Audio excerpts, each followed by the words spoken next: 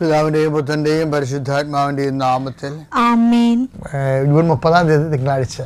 അമ്മേ പരിശുദ്ധമ്മേ, അമ്മേ പരിശുദ്ധമേ, ദൈവമാതാവേ, ദൈവമാതാവേ, കൃപാസനത്തിലൂടെ ഞങ്ങൾക്കും ഞങ്ങളുടെ ദേശത്തിനും അമ്മ മധ്യസ്ഥം തേടി തന്ന എല്ലാ അനുഗ്രഹങ്ങൾക്കും കൃപകൾക്കും ഞങ്ങളിപ്പോൾ ഹൃദയം നിറഞ്ഞ നന്ദി പറയുന്നു. അമ്മേ പരിശുദ്ധമ്മേ, അമ്മേ പരിശുദ്ധമേ, ദൈവമാതാവേ, 2004 ഡിസംബർ 7 ഉച്ചകഴിഞ്ഞ് 2:30 കൃപാസനത്തിൽ സംഭവിച്ച അമ്മയുടെ പ്രത്യക്ഷപ്പെടലിനെ കുറിച്ച് തിരുസഭയ്ക്ക് സമർപ്പിച്ചിരിക്കുന്ന പഠനരേഖകളുടെ മേൽ സഭാത്മകമായ പഠനം ആരംഭിക്കുവാൻ ഞങ്ങൾ പ്രാർത്ഥിക്കുന്നു.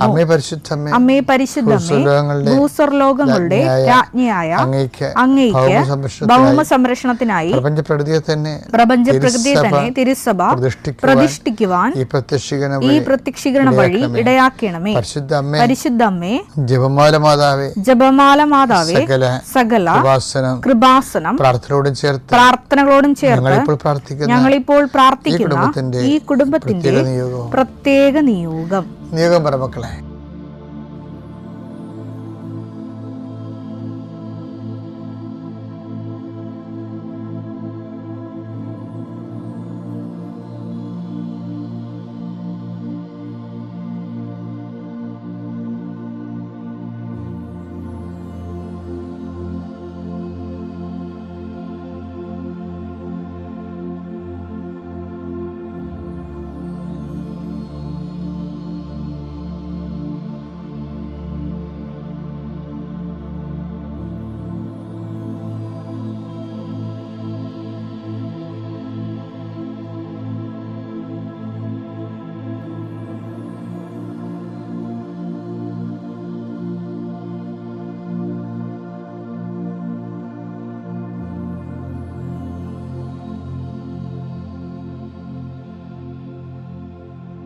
അമ്മയുടെ പ്രത്യക്ഷീകരണത്തിന്റെ ഈ അനുഗ്രഹവേളയിൽ ഞങ്ങൾക്ക് സാധിച്ചു തരുവാൻ കനിയണമേ.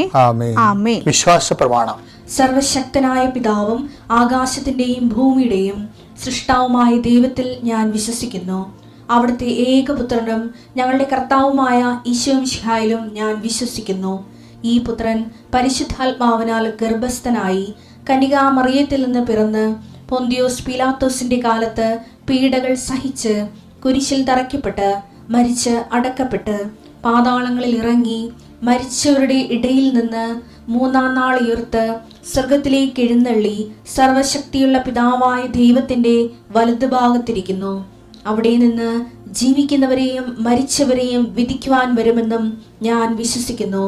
പരിശുദ്ധാത്മാവിലും ഞാൻ വിശ്വസിക്കുന്നു. വിശുദ്ധ കത്തോലിക്കാ സഭയിലും പുണ്യവാന്മാരുടെ ഐക്യത്തിലും പാപങ്ങളുടെ മോചനത്തിലും ശരീരത്തിന്റെ ഉയർപ്പിലും നിത്യമായ ജീവിതത്തിലും ഞാൻ വിശ്വസിക്കുന്നു. ആമേൻ. സുഖസ്ഥനായ ഞങ്ങളുടെ പിതാവേ, അങ്ങയുടെ നാമം പൂജിതമാകണമേ.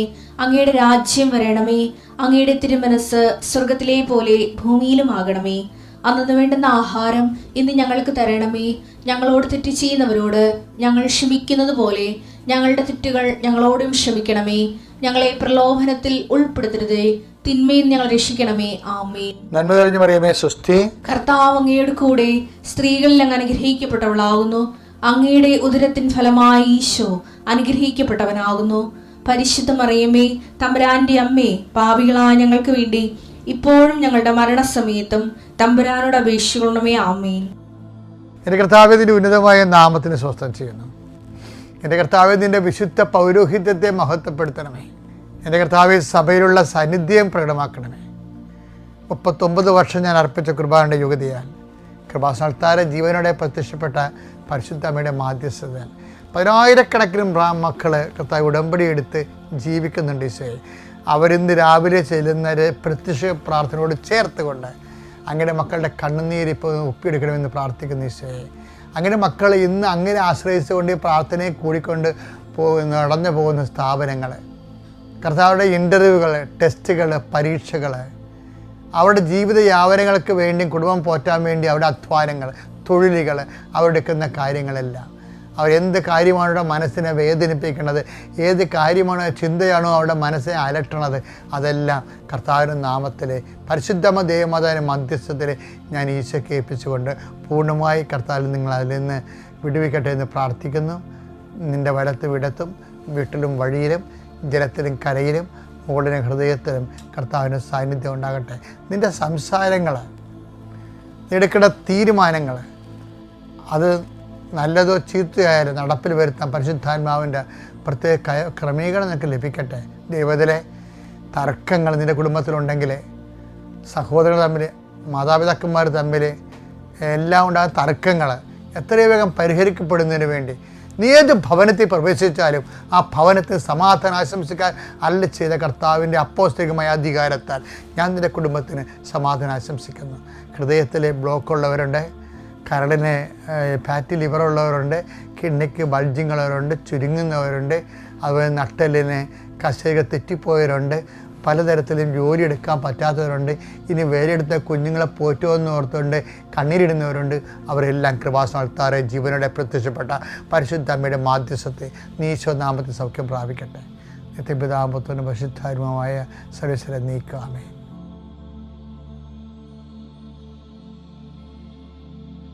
എൻ്റെ മക്കളെ, കുറേ ഈ ജീവിത പ്രശ്നങ്ങളെ അവനെ പ്രാർത്ഥനയെ സ്പാർക്ക് ചെയ്യാൻ, പ്രാർത്ഥനയ്ക്ക് പൊരിയുണ്ടാകാൻ. ഇപ്പം നമ്മൾ കിക്ക് ചെയ്യുമ്പോൾ എന്തുകൊണ്ടാണ് സ്പാർക്ക് ചെയ്തിട്ടല്ലേ ഈ ബൈക്ക് സ്റ്റാർട്ടാകണത്? അപ്പം അതുപോലെ തന്നെയാണ് പ്രാർത്ഥനയ്ക്ക് പൊരിയുണ്ടാക്കാൻ വേണ്ടിയുള്ള ഏറ്റവും വലിയ സംഭവം. പ്രാർത്ഥിക്കുന്ന വിഷയത്തെക്കുറിച്ച് നമ്മളത് മീൻ ചെയ്താൽ മതി, നമ്മൾ ഉദ്ദേശിച്ചാൽ മതി. അപ്പോൾ ഉദ്ദേശിക്കുമ്പോൾ ദൈവസ്നേഹം ഉണ്ടാകണം, ദൈവവിശ്വാസം ഉണ്ടാകണം, പ്രത്യാശ ഉണ്ടാകണം. ലൂക്ക 10:26 അവൻ ചോദിച്ചു നിയമത്തിൽ എന്ത് എഴുതിയിരിക്കുന്നു? നിയമത്തിൽ എന്ത്, അതായത് വചനത്തിൽ എന്ത് എഴുതിയിരിക്കുന്നു? നീ എന്ത് വായിക്കുന്നു? അതാണ് പ്രശ്നം. What you mean it? അതെ, വചനത്തിൽ എന്ത് എഴുതിയാലുവേ ഓരോ അണ്ണന്മാരത് എങ്ങനെ മനസ്സിലാക്കണമെന്നില്ലേ? ഇതുപോലെ പ്രാർത്ഥന നമ്മൾ ഒത്തിരി വാരിക്കെട്ടി പ്രാർത്ഥിക്കും. അപ്പോൾ ചിലരുടെ പ്രാർത്ഥന അവർ ഉദ്ദേശിച്ചാണ് പ്രാർത്ഥിക്കുന്നത്, ചില പ്രാർത്ഥന അത് ഇങ്ങനെ ഓട്ടോമാറ്റിക്കായിട്ട് പ്രാർത്ഥിച്ചു പോകുന്നതാണ്.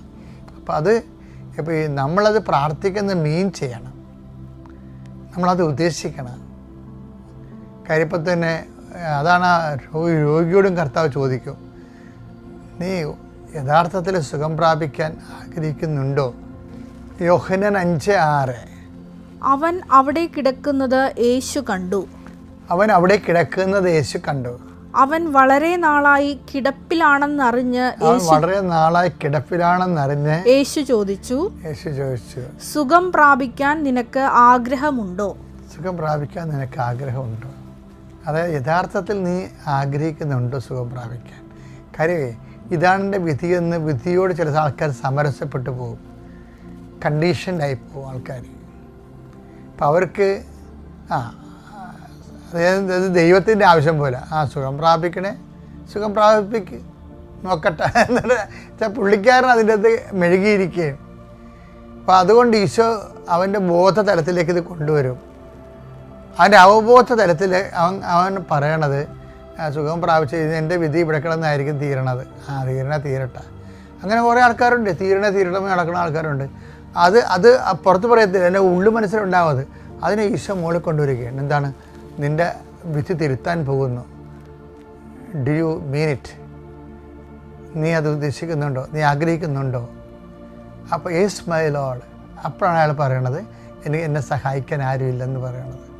ഇത് പ്രാർത്ഥനയെ സ്പാർക്ക് ഉണ്ടാക്കുന്നതാണ്. നമ്മൾ പറയണ കാര്യങ്ങൾ നമ്മൾ മീൻ ചെയ്ത ഉടനെ പ്രാർത്ഥനയെ പൊരിയുണ്ടാവും, പ്രാർത്ഥനയുണ്ട്, സ്പാർക്കുണ്ടാവും. അപ്പം അത് എപ്പോഴും ഇതുപോലെ ആയിരിക്കണം. നമ്മൾ എന്ത് പ്രാർത്ഥിച്ചാൽ അത് നമ്മൾ ഓൺ ചെയ്യണം, അത് മീൻ ചെയ്യണം, അത് നമ്മൾ അതുപോലെ ഉദ്ദേശിക്കണം. കറക്റ്റാണ്, ഞാൻ ഇത് ഉദ്ദേശിക്കുന്നുണ്ട്, ഞാൻ ഉദ്ദേശിച്ച് തന്നെ പ്രാർത്ഥിക്കണം. അല്ലെങ്കിൽ ആൾക്കാർ പറയാം അല്ലെങ്കിൽ ആത്മാർത്ഥമായിട്ടാണ് ഞാൻ പ്രാർത്ഥിക്കണമെന്നൊക്കെ പറയത്തില്ലേ, അതാണ് ഈ സാധനം പ്രാർത്ഥന സ്പാർക്ക് ഉണ്ടാക്കുന്നത്. എന്താ കാര്യം വെച്ചാൽ എപ്പോഴും ഞാൻ മനസ്സിലാക്കണം, ഈ വചനം ഉണ്ടല്ലോ, വചനം എപ്പോഴും നമ്മളിങ്ങനെ ഇടക്കിടക്ക് വായിക്കാനുള്ള, എപ്പോഴും വായിക്കണമെന്ന് ഞാൻ നിങ്ങളോട് പറയണത്. നിങ്ങളുടെ പരാധീനതകൾ ദൈവത്തോട് പറയണം. കർത്താവേ, ഇപ്പം ഞാൻ കുറേ നാളായിട്ട് പറഞ്ഞുകൊണ്ടിരിക്കുന്ന കാര്യം, എനിക്ക് പണ്ട് ഭയങ്കര ഈ കുർബാന സ്വീകരിക്കുമ്പോൾ വല്ലാത്ത ഇൻറ്റിമസി ആയിരുന്നു. എൻ്റെ കണ്ണൊക്കെ നിറയുമായിരുന്നു. ഇപ്പോൾ കുറേ നാളായിട്ട് അങ്ങനെ കണ്ണൊക്കെ നിറയുന്നില്ല. അപ്പോൾ എനിക്ക് വല്ല കുഴപ്പമുണ്ടാകും. ഞാൻ എങ്ങനെ ചിന്തിച്ചൊക്കെ ഹരിച്ചും കുണിച്ചും നോക്കിയിട്ട് കുഴപ്പം കണ്ടുപിടിക്കാൻ പറ്റില്ല. അപ്പോൾ ഞാൻ ഇപ്പോൾ ഈശോയെ പറയാൻ തുടങ്ങി, ഈശോയെ എനിക്ക് കമ്മ്യൂണിയൻ സ്വീകരിക്കുമ്പോൾ ഒരു ഇൻറ്റിമസി വേണം മുമ്പത്തേക്കാളും. ഉണ്ട്, ഇല്ലെന്നല്ല, മുമ്പത്തേക്കാൾ. കാര്യം ഇതിന് ഒരു അറ്റമാർത്തി, ആത്മീയത അനുഭവത്തിന് അറ്റമാർത്തിയും ഇല്ലേ. അത് നമ്മൾ കുറേ ക്ലേശത്തിൽ പ്രാർത്ഥിക്കുമ്പോഴാണ് അതിനൊക്കെ കുറച്ചുകൂടി വിലയുള്ളത്. അല്ല നിങ്ങളൊക്കെ ഓർക്കണത് എൻ്റെ ക്ലേശം കഴിയട്ടെ. ചില ആൾക്കാർ ഉടമ്പടി തിരി വാങ്ങിച്ചുകൊണ്ട് പോകും. എന്നിട്ട് ഞാൻ ചേച്ചി ഉടമ്പടി എടുത്തണം, എടുത്തേ, കത്തിച്ചിട്ടില്ല, അത് മകളെ പ്രസവിക്കാമെന്ന് നിൽപ്പുണ്ട്. അവളുടെ പ്രസവം കഴിഞ്ഞ് പോകുമ്പോഴേ കത്തിക്കാതിരിക്കും. എന്ത് പറയാനാണ് കാര്യം. നമ്മളെ കടലിലെ വെള്ളമെല്ലാം തിരയെല്ലാം ഒഴിഞ്ഞു പോയിട്ട് വല്ലവർക്കും കടലിൽ കുളിക്കാൻ പറ്റുമോ? ആ തിരയിലാണ് ആൾക്കാരെ കുളിക്കേണ്ടത്. പ്രസവങ്ങളിലാണ് പ്രാർത്ഥന. പ്രസനവും ഉണ്ടാവും, പ്രാർത്ഥനയും ഉണ്ടാവും. അത് രണ്ടും ഒരുമിച്ച് പോകും.